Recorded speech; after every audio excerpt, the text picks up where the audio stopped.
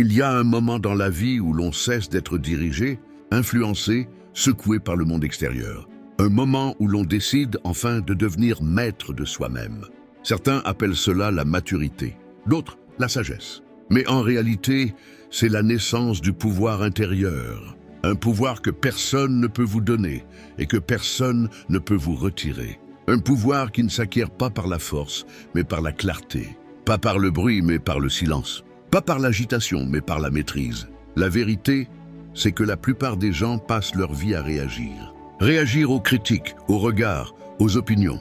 Réagir à ce que font les autres, à ce qu'ils disent, à ce qu'ils pensent. Ils vivent comme s'ils étaient une corde de violon sur laquelle tout le monde peut jouer. Un mot les énerve, un geste les dérange, une remarque les blesse. Leur humeur dépend du monde, leur paix dépend des autres.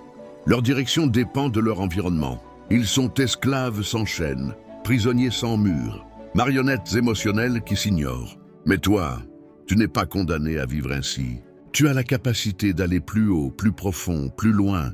Tu peux devenir quelqu'un que la tempête ne déracine plus, quelqu'un que le chaos ne perturbe plus, quelqu'un qui avance sans se disperser, sans se briser, sans s'effondrer, quelqu'un de rare, quelqu'un de solide, quelqu'un d'intouchable.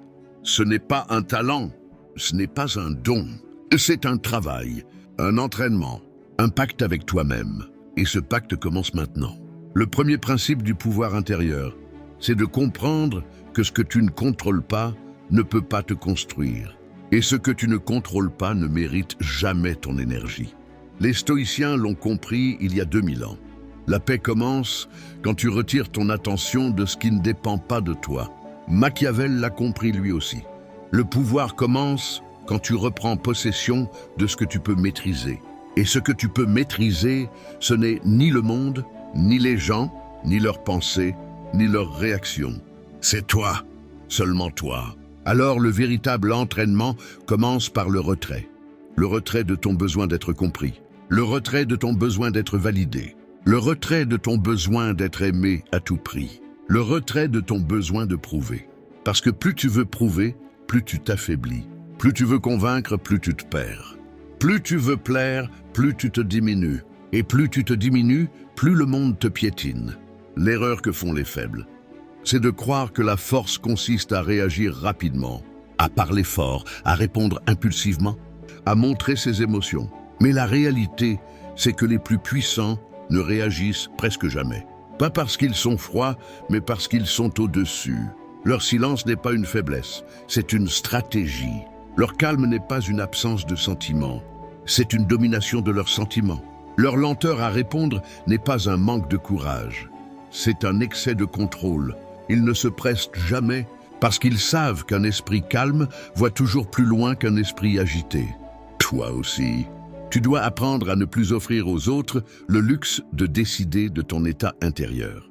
Tu dois apprendre à rester immobile là où les autres tremblent, à rester clair là où les autres paniquent, à rester aligné là où les autres se dispersent. C'est dans ces moments-là que naît le respect, pas dans la confrontation, pas dans la domination bruyante, mais dans la maîtrise silencieuse. Tu veux être puissant, commence par te discipliner. Parce que la discipline est la forme la plus pure de respect envers soi-même. Elle te montre chaque jour que tu peux te faire confiance, que tu peux te tenir debout, que tu peux avancer sans que personne ne t'y force. Les faibles attendent la motivation. Les faibles attendent l'inspiration. Les faibles attendent le moment parfait. Les puissants, eux, n'attendent rien. Ils ajustent, ils tranchent, ils avancent. Ils créent l'occasion au lieu de l'espérer. Chaque fois que tu te lèves au moment où ton esprit te demande de rester au lit, tu gagnes un morceau de pouvoir intérieur. Chaque fois que tu te tiens à une décision que tu as prise, tu ajoutes une pierre à ta forteresse mentale. Chaque fois que tu choisis d'affronter plutôt que de fuir, de comprendre plutôt que d'exploser, d'observer plutôt que de réagir, tu deviens plus fort que la veille. Ce pouvoir ne vient pas par explosion, il vient par accumulation, goutte après goutte, décision après décision, sacrifice après sacrifice. Ce n'est pas un sprint, c'est une construction, une architecture lente, solide, méthodique. Mais attention, le pouvoir intérieur crée toujours une distance. Une distance avec ceux qui refusent de se responsabiliser. Une distance avec ceux qui vivent dans le chaos. Une distance avec ceux qui confondent émotion et identité. Ceux-là te traiteront de froid, d'arrogant, de distant. Ils te reprocheront d'avoir retenu leur nom, mais pas leur avis. Ils te reprocheront d'avoir construit une vie dont ils ne peuvent plus influencer le cours. Ils te reprocheront de ne plus jouer leur jeu.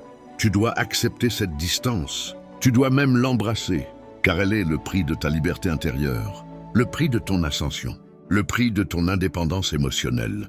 Comprends ceci, être calme, ce n'est pas être fragile. Être silencieux, ce n'est pas être faible.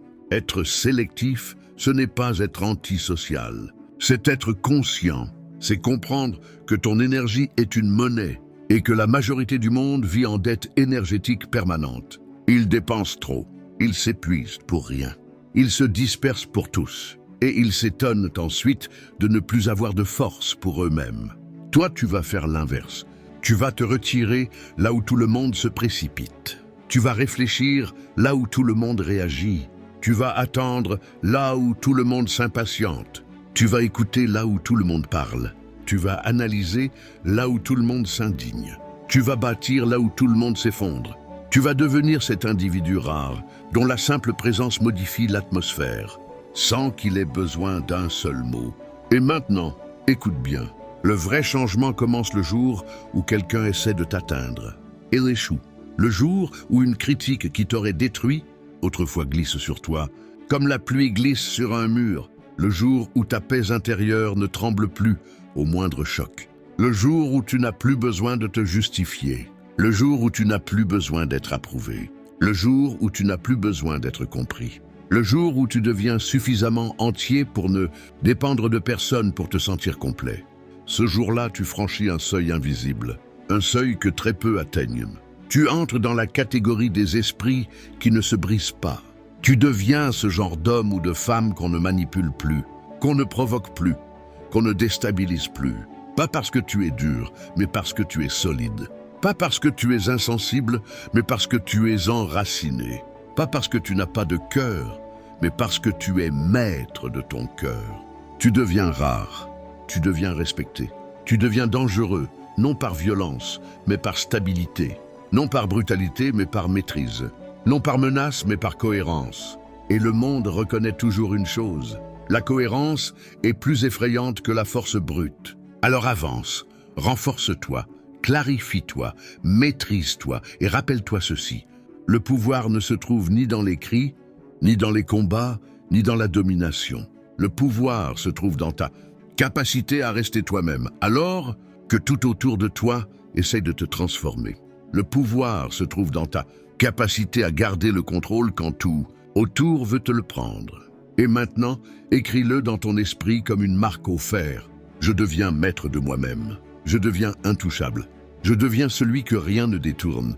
Parce qu'à partir d'aujourd'hui, ton ascension commence. Si tu es encore là, c'est que quelque chose en toi vient de changer. Une fissure s'est ouverte dans l'ancienne version de toi. Une clarté nouvelle, une présence nouvelle, une force nouvelle viennent de naître. Mais écoute-moi bien, ce que tu viens d'apprendre n'a de valeur que si tu l'incarnes. Pas demain, pas plus tard, maintenant. Alors fais un geste simple mais symbolique. Écris dans les commentaires. Je deviens intouchable. C'est plus qu'une phrase. C'est un engagement. Un pacte, un début.